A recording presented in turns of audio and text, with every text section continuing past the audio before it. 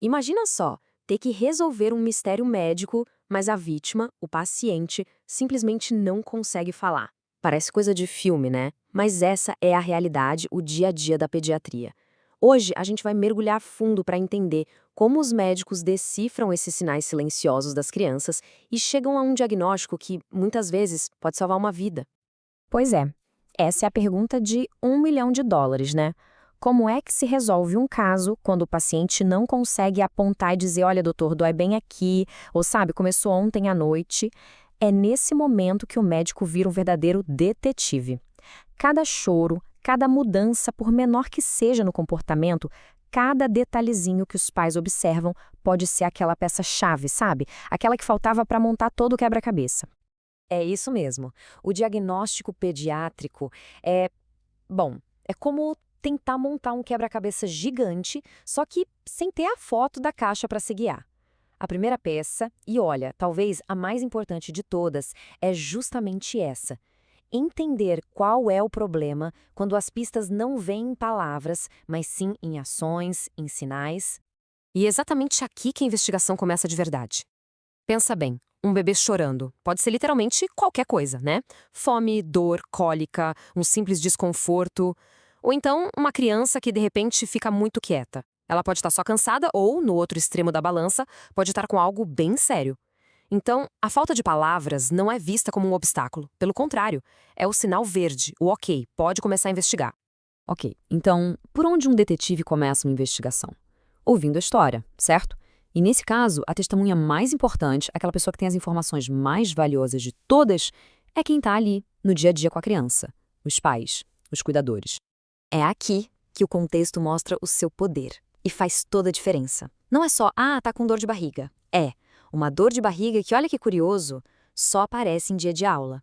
Ou então, uma febre que começou logo depois que vomitou. Esses detalhes, o quando, o onde e o como os sintomas aparecem, são as pistas mais cruciais que vão guiar todo o raciocínio do médico.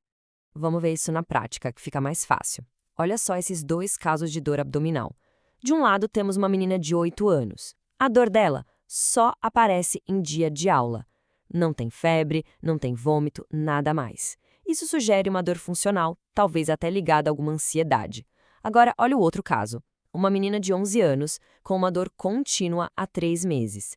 Além disso, ela está pálida, perdendo peso.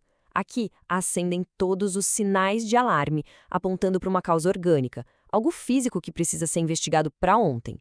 Percebe? A queixa é a mesma, dor de barriga, mas as histórias são completamente diferentes. Beleza, depois de ouvir a história com toda a atenção do mundo, a investigação vai para um outro nível. Agora é hora de procurar as pistas físicas, sabe? Aquelas que o próprio corpo da criança está mostrando. E aqui a gente tem um exemplo clássico, super visual, o famoso sinal da prega. É um teste que parece bobo de tão simples, mas é de um poder imenso. Basicamente, o médico dá uma beliscadinha na pele da barriga. Se a pele demora para voltar ao normal, para desamassar, pronto, é um indicador claríssimo de desidratação grave. É uma daquelas pistas físicas que falam mais alto do que qualquer palavra. E essa história de desidratação tem uma progressão que é perigosa e, felizmente, observável. Tudo começa com a criança mais irritada, com muita sede. Esse é o sinal para acionar o plano B, reidratação oral, em casa mesmo. Mas, se a coisa avança, os sinais de alerta ficam mais fortes. Os olhos ficam fundos, a boca seca. E aí, no estágio final, a criança fica largada, letárgica, com pulso fraquinho. Esse é o gatilho para o plano C.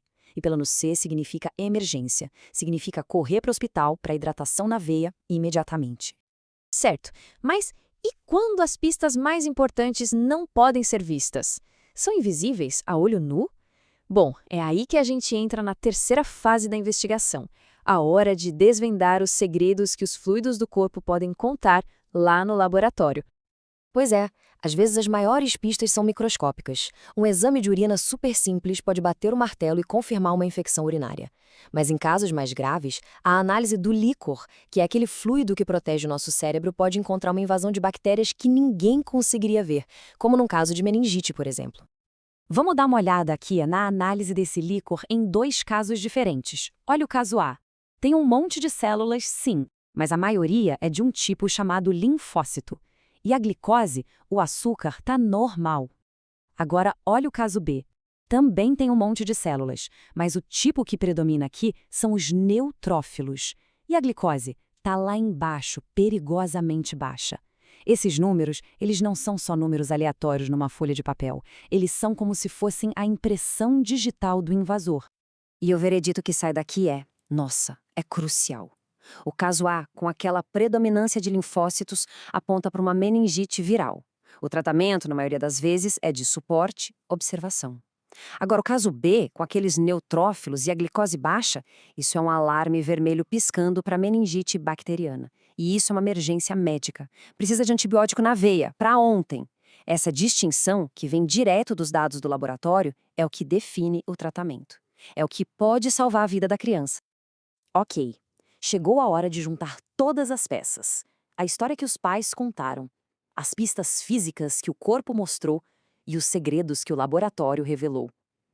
É exatamente aqui que todo aquele trabalho de detetive se transforma numa corrida. Uma corrida desesperada contra o relógio. Porque nos casos mais críticos, simplesmente não existe margem para erro. Nenhuma. Todas as evidências, tudo o que foi coletado, aponta para um único diagnóstico. E isso exige uma ação que não pode ser só rápida. Tem que ser brutalmente precisa. Dá uma olhada nessa linha do tempo. Isso aqui é um caso de meningococcemia, uma infecção que é fulminante. Tudo começa com sintomas que poderiam ser qualquer coisa. Febre, dor de cabeça, vômito, coisa comum. Mas aí, em menos de 24 horas, a piora é absurda, drástica. Começam a aparecer as lesões purpúricas, umas manchas arroxeadas na pele que são sinal de catástrofe iminente. Quando a criança chega no hospital, ela já está em choque. A velocidade com que essa doença avança é simplesmente aterrorizante. E a resposta a isso tem que ser uma coreografia de emergência, tão veloz quanto a doença. Primeiro, estabilizar o paciente com soro na veia, e muito soro. Segundo, administrar antibióticos intravenosos dentro da primeira hora. Essa é a chamada hora de ouro que faz toda a diferença. Terceiro, solicitar uma vaga de UTI para já. Cada passo desse protocolo é absolutamente vital, não pode ter nenhum atraso. E é exatamente nesse momento que tudo aquilo que a gente viu faz sentido. Todo aquele trabalho de detetive, de juntar as pecinhas do quebra-cabeça, não é só um exercício intelectual, sabe? Ele se transforma ali na hora, na ação direta que decide entre a vida e a morte. O que nos leva, então, à grande mensagem por trás de toda essa análise. A colaboração. Essa parceria, essa dança entre quem cuida, quem observa a criança de perto todos os dias e o profissional de saúde que sabe interpretar as pistas de forma metódica. Essa união, essa é a verdadeira chave do sucesso no cuidado pediátrico. Então, para a gente fechar a conta da nossa investigação de hoje, o que a gente aprendeu? Primeiro, que a história contada por quem cuida da criança dá todo o contexto essencial. Segundo, que os sinais físicos são as provas objetivas da doença. Terceiro, que os exames de laboratório vão lá e descobrem os culpados que estão escondidos.